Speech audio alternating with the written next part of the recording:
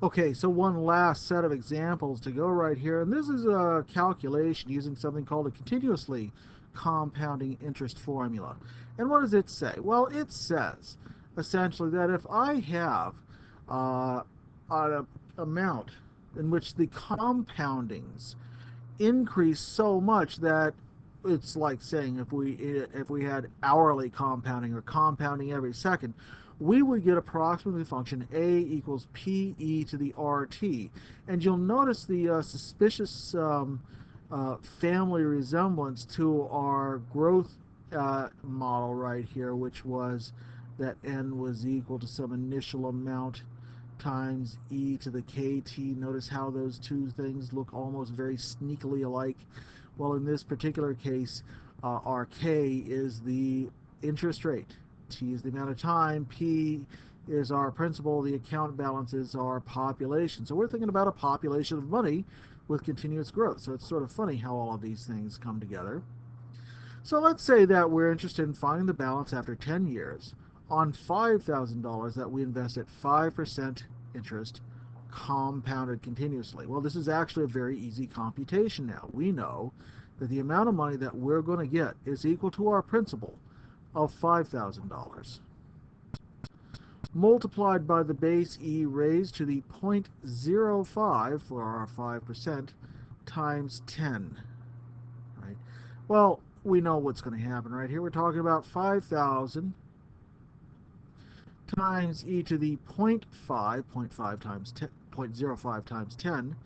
If we work this out right here, let's see, we're going to take 0.5, we're going to use that as our power, and we're going to multiply that result by 5,000, and we get $8,243.61. So we're going to say our account balance at the end of this time is equal to $8,243.61.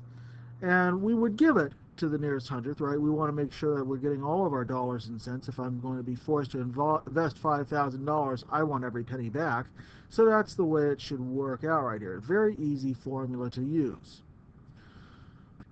But here's another statement, sort of similar. It says, well, all right, let's find the time required for money that's invested at an annual rate of 8% interest to triple in value if the investment is compounded continuously. Well, what does this mean?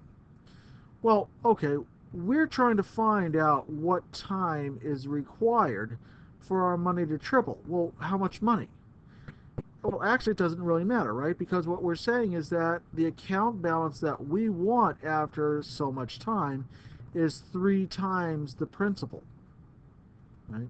We're going to triple the principal here.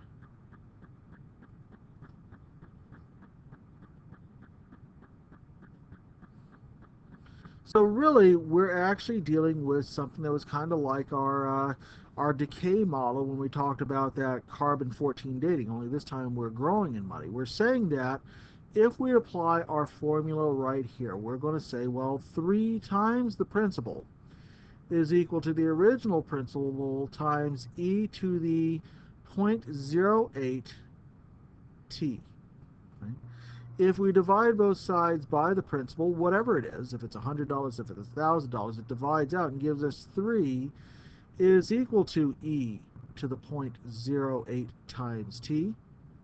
So we take our natural log on both sides in order to get the t exponent down out of the way here. So we get 0.08 times t. And so the time required can be calculated by taking the natural logarithm of 3 and dividing it by 0.08. So let's work that out right here.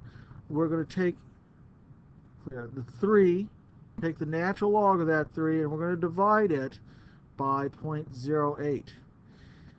And it says that if we have 8% interest rate continuously compounding, it will take us 13.73 years. 13.73 years for that to happen.